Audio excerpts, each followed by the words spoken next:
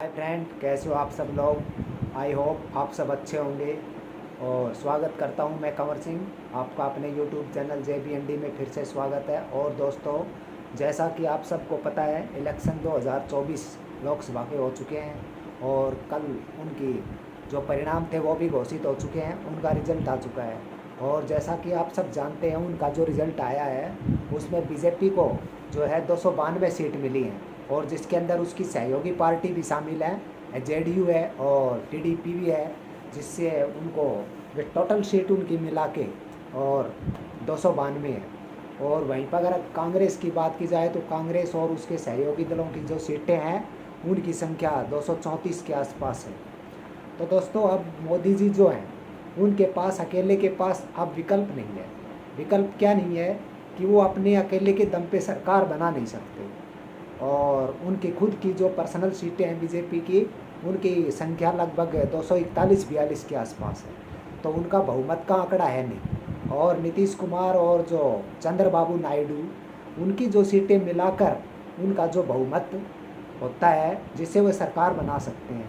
लेकिन जैसा कि आप सबको पता है कि नीतीश कुमार जी पहले भी जो थे कि बीजेपी में शामिल थे, फिर उनसे दल बदल के और फिर से चले गए थे इंडिया गठबंधन।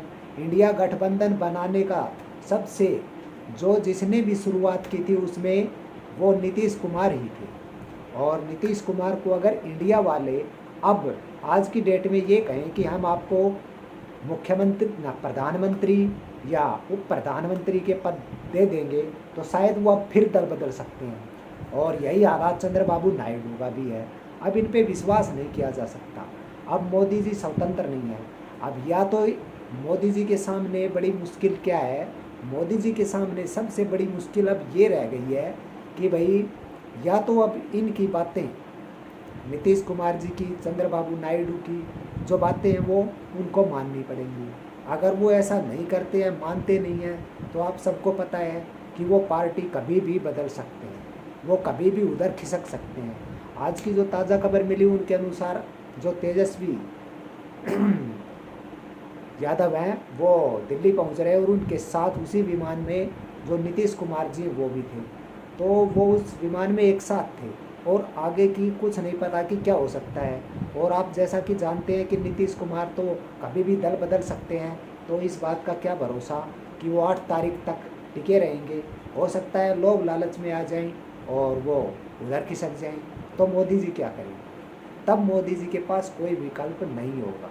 अगर निर्दलीय जो हैं उनको भी अगर मोदी जी अपनी तरफ मिलाते हैं तो भी बहुमत का आंकड़ा पूरा नहीं हो सकता है। मतलब कहने का ये है कि बीजेपी ने इलेक्शन जीता है लेकिन फिर भी वो स्वतंत्र नहीं है।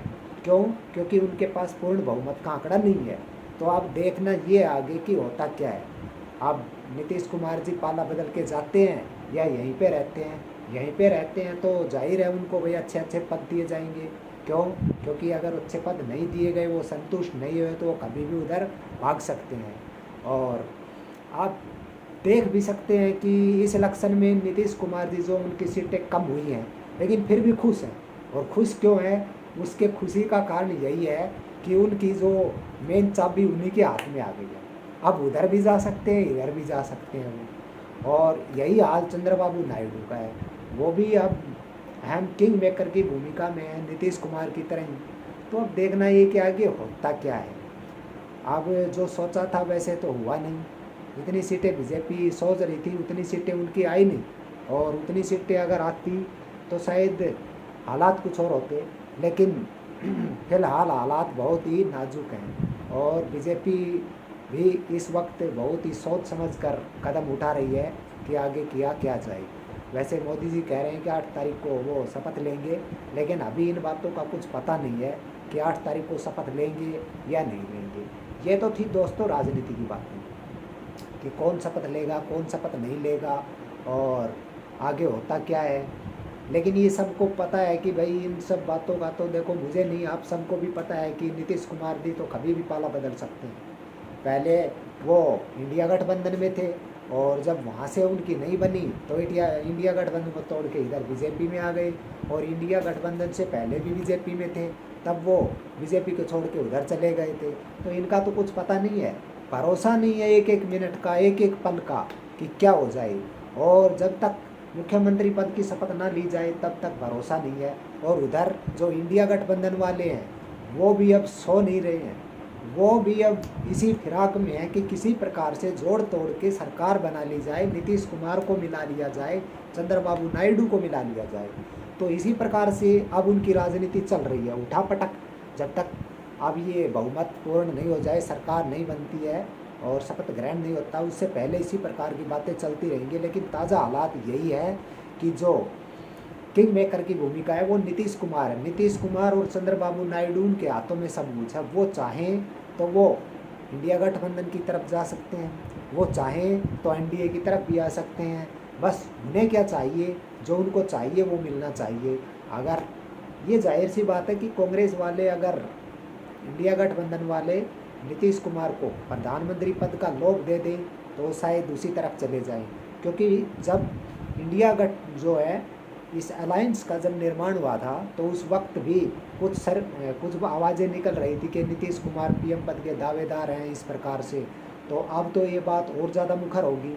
अब तो लोगों के दिमाग पर ये बात हावी होगी कि हाँ हो सकता है ऐसा, और ऐसा नीतीश कुमार सोच भी सकते हैं।